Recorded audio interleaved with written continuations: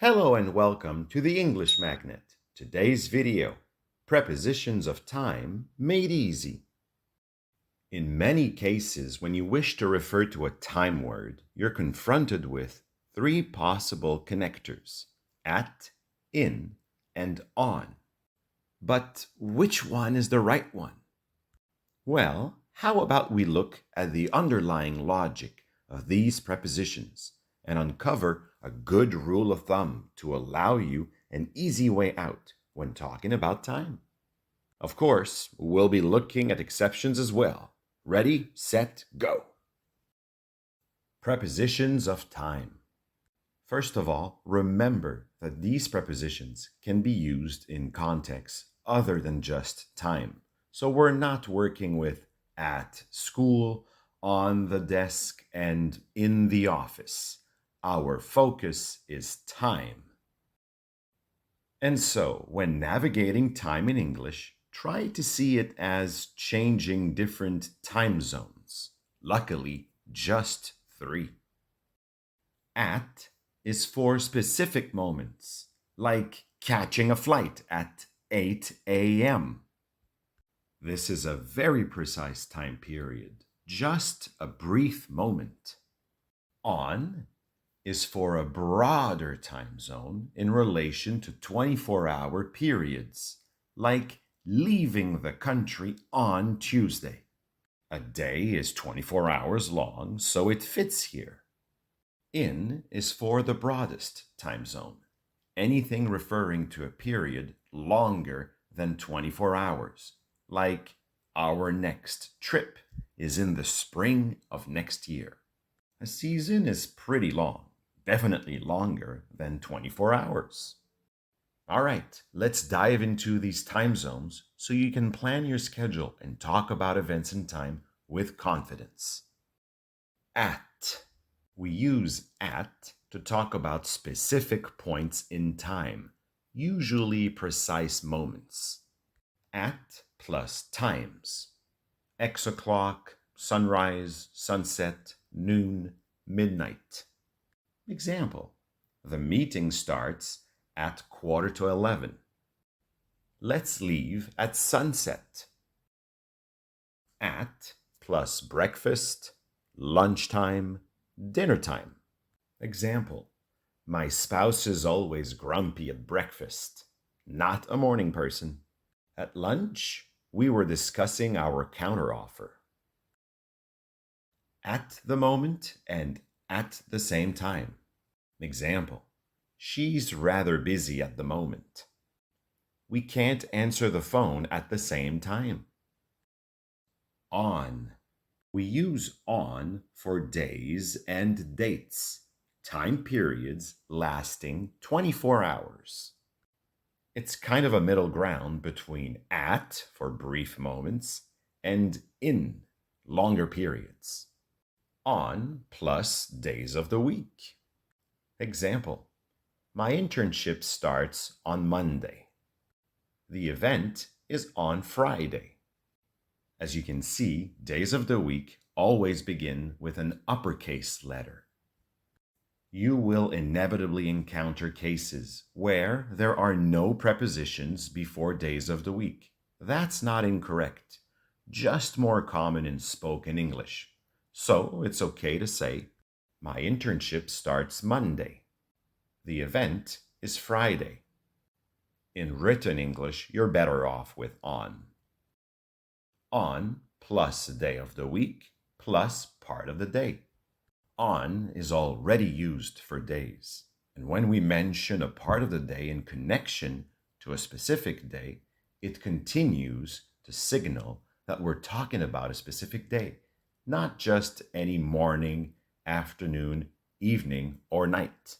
Example, we'll meet up for drinks on Friday night after work. They always go for a run on Wednesday mornings to stay active. On plus specific dates. You need a date, and the month and year here are optional. Example, my sister was born on July 4th, 1980. We have an appointment on December 1st. On plus holidays. Example: we open gifts on Christmas Day. What were you doing on New Year's Eve? Let's watch a horror movie on Halloween. On plus a period of 24 hours. Birthday, anniversary, this day, etc. Example: on a rainy day, there's nothing like a good book. Yes, it might not rain all day long, but the day itself is 24 hours long, so go with on. I'd rather avoid people on my birthday. A birthday starts at midnight and ends at midnight the next day. On the morning of their wedding, we drove to the lake. The key word here is wedding, which emphasizes the specific day of the event. So we use on. In. We use in for longer periods of time. If it's longer than a day, it fits here. In plus month, year, season. Example: he wasn't working yet in April. Quick side note: months, just like days of the week, are always capitalized. YouTube was launched in 2005. Have you ever been to Paris in autumn? In plus the plus decade, century, era, millennium, epoch, eon. Example: it was easier to find a job in the 1990s. What will the world look like in the 25th century? In the digital era, information is available at our fingertips. In the first millennium, monotheism spread across the Western world. The Jurassic period was an important time in the Mesozoic epoch. In the distant eon of the Precambrian, complex life was just beginning to form. Exceptions. Exception number 1. Parts of the day: morning, afternoon, evening, night. These time expressions neither fall into a specific time nor a full 24-hour day. They fall in between, and our rule of thumb breaks down here. So you have to memorize the following: in the morning, in the afternoon, in the evening, and at night. Example: I prefer studying in the morning. In the afternoon, we have to host the conference call. Rush hour is worsening in the evening these days. The stars shine at night. Exception number 2. At or on the weekend. Again, we have a time expression that's not 24 hours long and not as long as a month, for instance. But on the bright side, this exception is permissive. You can either use at the weekend, more common in British English, or on the weekend, more common in American English. Example: we get together at the weekend. She will come over on the weekend. Exception number 3. At plus holiday periods.